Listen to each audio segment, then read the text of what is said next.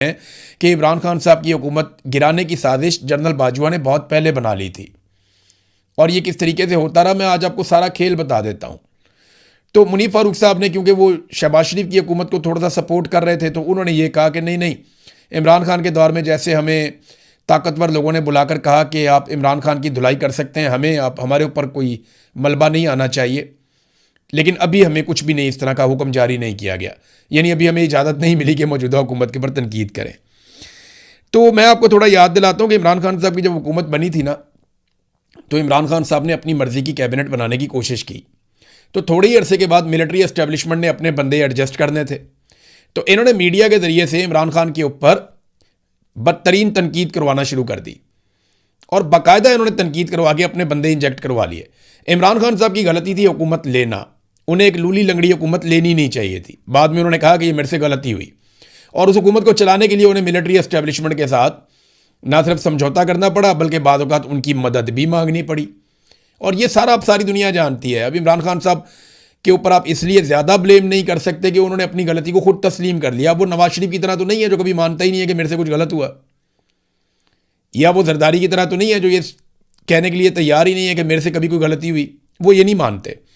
बहरहाल इन्होंने एतराफ़ किया कि जनाब उस वक्त फ़ौज ने हमें कहा था कि हमें कुछ ना कहा जाए, और जो आप करना चाहते हैं वो इमरान खान की हुकूमत के साथ आप करें। तो नाज़रीन, इमरान खान साहब की हुकूमत बहुत पहले गिर जानी थी। जनरल बाजवा ने पहला दबाव बनाया काबीना में अपने बंदे डालने के लिए, दूसरा दबाव बनाया उसने अपनी एक्सटेंशन के लिए कि मुझे एक्सटेंशन चाहिए। बाजवा ने पीपल्स पार्टी को, PMLN को और PTI को सबको चक्कर दिया कि मुझे एक्सटेंशन दे दें, मैं आपके लिए ये करूँगा, आपके लिए ये करूँगा, आपके लिए ये करूँगा, और एक्सटेंशन लेके बैठ गया। नवाज शरीफ को उसके बदले में पाकिस्तान से बाहर जाने का मौका मिल गया। जरदारी साहब जो हैं उनको थोड़ा सा अपना रिलीफ मिल गया, और इमरान खान साहब जो हैं उन्हें लगा कि दबाव कुछ थोड़ा सा यहाँ से कम हो जाएगा। लेकिन हुआ क्या, जनरल बाजवा की एक्सटेंशन इमरान खान साहब ने अपनी एक बड़ी सियासी गलती करार दी बाद में। अब रजीम चेंज ऑपरेशन होना था 2020 में, ये जनरल बाजवा ने इनको वादा किया हुआ था। लेकिन हुआ क्या, 2020 में आ जाता है कोरोना वायरस। जब कोरोना वायरस आया तो फौज ने मुड़ के देखा तो सियासतदानों ने हाथ ही नहीं पकड़ाया। इन सबको लग रहा था हम मरने वाले हैं। कोरोना वायरस में आपको पता है रोजाना कोई ना कोई आदमी मर जाता था, बड़े बड़े दुनिया के लोग मारे जा रहे थे। तो इतने लोग दुनिया में मर रहे थे कि ये सारे मौत से तो बहुत डरते हैं। जिस आदमी ने करप्शन से पैसा बनाया हुआ हो, बहुत सारा पैसा इकट्ठा किया हुआ, अपने कई बड़े आदमों में कारोबार को फैलाया हुआ हो, वो आदमी कभी मरना चाहेगा?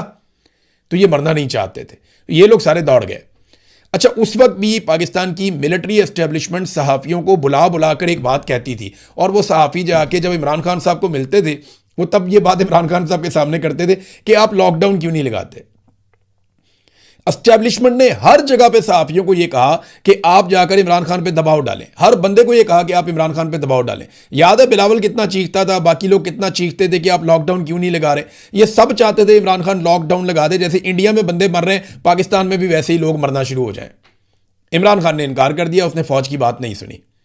उसने कोरोना वायरस को अपने तरीके से निपटा और एक स्मार्ट लॉकडाउन की एक टर्मिनोलॉजी लाया। पूरी दुनिया ने तारीफ की, इमरान खान ने कमाल काम कर दिया।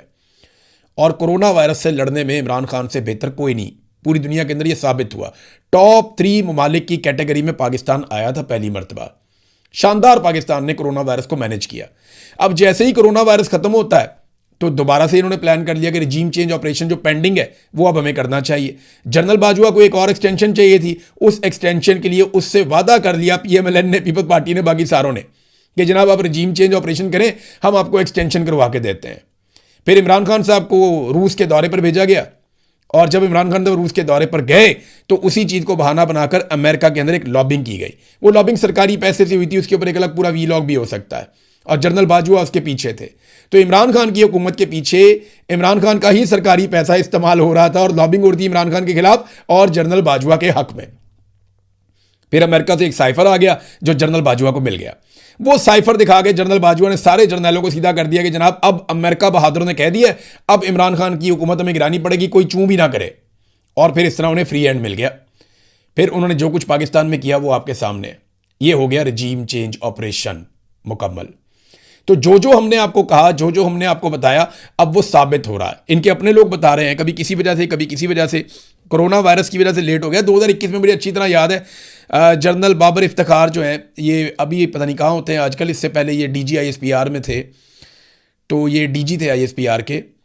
तो ये एक दिन लाहौर में सहाफ़ियों को मिलने आए, तो इन्होंने तब भी सहाफ़ियों से ये कहा, 2021 की बात है गालिबन, मैं वहाँ था और बहुत सारे सहाफ़ी थे। मुझे हैरत हुई कि वहाँ पे 90% उन सहाफ़ियों को बुलाया गया उस मीटिंग में जो नवाज शरीफ के बहुत करीबी थे, और जो लोग इमरान खान से शदीद नफरत करते थे, उन सहाफ़ियों को इकट्ठा किया इन्होंने। और उन्हें इन्होंने कहा कि जनाब आप तुन के हुकूमत के ऊपर तनकीद करें, आप जो मर्जी करें, हम आपको बिल्कुल कोई किसी किस्म का हमारा एतराज़ नहीं है, आप दबाएं इमरान खान के ऊपर, एक्सीलेटर पे पाँव रखें, लेकिन हमें आपने बचाना है, हमें आपने बाहर रखना है। ये जो कर रही है हुकूमत कर रही है। ये सारा कुछ उन्होंने इमरान खान के खाते में डाला। एक दो तल्ख सवालात भी हुए वहाँ पे, और उसके बाद इन्होंने मीटिंग ख़त्म कर दी। तो ये पूरा एक खेल था जो खेला गया था। अब आहिस्ता आहिस्ता खुल रहा है, चीज़ें आहिस्ता आहिस्ता आपके सामने आएगी। इमरान खान एक बात कहते हैं ना, अल्लाह अल हक है, सच का खुदा है, तो जो सच है वो सामने आ ही जाता है। तो अब देखें ये सच आपके सामने किस तरीके से आ रहा है। नाज़रीन, 5 अगस्त को एक एहतजाज करना था पाकिस्तान तहरीक इंसाफ ने, और ये डिस्कशन पाकिस्तान तहरीक इंसाफ के अंदर चल रही थी, लेकिन फिर एकदम खामोशी हो गई। मुल्क गिर एहतजाज के बारे में कोई प्लानिंग की जा रही थी। मैंने ये सुना एक दो सोर्सेज से कि 5 अगस्त को इमरान खान साहब को 3 साल मुकम्मल हो जाएंगे, तो इस पे पाकिस्तान तहरीक इंसाफ कोई बहुत बड़ी हिकमत अमली बना रही है। अगर तहरीक इंसाफ से किए हुए वादे पूरे ना किए गए, या जो यकीन दहानियाँ करवाई गई थी कि बजट हो जाने दें, उसके बाद ये करेंगे वो करेंगे, आप ये बात मान लें तो हम ये करेंगे, आप वो बात मान लें तो हम वो करेंगे। गिलगित बल्तिस्तान की हुकूमत भी प्लेट में रख के दे दी गई, कश्मीर के अंदर भी जो मांगा गया वो दे दिया गया। तो अब इमरान खान साहब के हवाले से अगर पाकिस्तान तहरीक इंसाफ के मुतालबात या चीज़ें पूरी नहीं होती, तो फिर 5 अगस्त को इन्होंने एक मुल्क गिर बड़े एहतजाज का ऐलान किया था, लेकिन अचानक से बिल्कुल खामोशी हो गई। दो वजूहत हो सकती हैं, या तो पाकिस्तान तहरीक इंसाफ के कोई मामला एस्टेब्लिशमेंट के साथ तय पा गए हैं जिसकी वजह से उन्हें खामोश रहने का कहा गया, वो खामोश हो गए, या फिर उन्हें लगता है कि हमें मिन्नत तरलई करते रहना है और एहतजाज की सियासत नहीं करनी। किसी ने इनको मना कर दिया तो इन्होंने उसके ऊपर बात करना ही बंद कर दिया है कि 5 अगस्त का एहतजाज कैसे होगा, क्यों होगा। देखिए, अगर तो ये एक मोमेंटम बनाकर चलेंगे ना, 1.5 महीना इसके पीछे लगाएंगे, रोज़ाना की बुनियाद पे बिल्टअप करेंगे और फिर एहतजाज करेंगे, तो फिर बहुत बड़ा एहतजाज होगा। लेकिन अगर यही ये जुलाई के आखिरी हफ्ते में अनाउंस कर रहे होंगे कि 5 अगस्त को हम एहतजाज करने जा रहे हैं, फिर कोई एहतजाज नहीं होगा, फिर उसको डिफ्यूज़ करना बड़ा आसान होगा मिलिट्री एस्टेब्लिशमेंट के लिए। बहरहाल पाकिस्तान तहरीक इंसाफ ने अभी कोई अनाउंस नहीं किया। इमरान खान साहब और बुशरा बीबी के हवाले से 2 केसेज हैं। एक बुशरा बीबी की फैमिली ने केस किया, और एक इमरान खान साहब की बहन अलीमा खानम ने केस किया। ये केस के बारे में मैंने आपको पिछले वीडियो में बताया था। अब ये केस मुकर्रर कर दिया गया है कल के दिन के लिए, पीर के दिन के लिए। 29 जून को इस केस की समाअत होगी, और इसकी जो समाअत है वो जस्टिस खादम हुसैन सोमरू करेंगे। और केस मुबशरा खावर मानिका और अलीमा खानम, इन दोनों ने ये केस किए हुए हैं। ये 2 मुकदमात हैं, और कैद तन्हाई के खिलाफ ये मुकदमात हैं। तो अब देखते हैं कि इसके ऊपर क्या होगा। इसके ऊपर ये होगा कि वो जेलर आ जाएगा, वो आकर कहेगा कि जनाब अब इमरान खान की और बुशरा बीबी की मुलाकात करवा देते हैं हफ्ते में 1 दफ़ा, और जनाब हमने 1 दफ़ा ये किया था, 1 दफ़ा वो किया था, कोई कहते तन्हाई नहीं है। तो ये इस किस्म की आगे कहानियाँ सुना देंगे।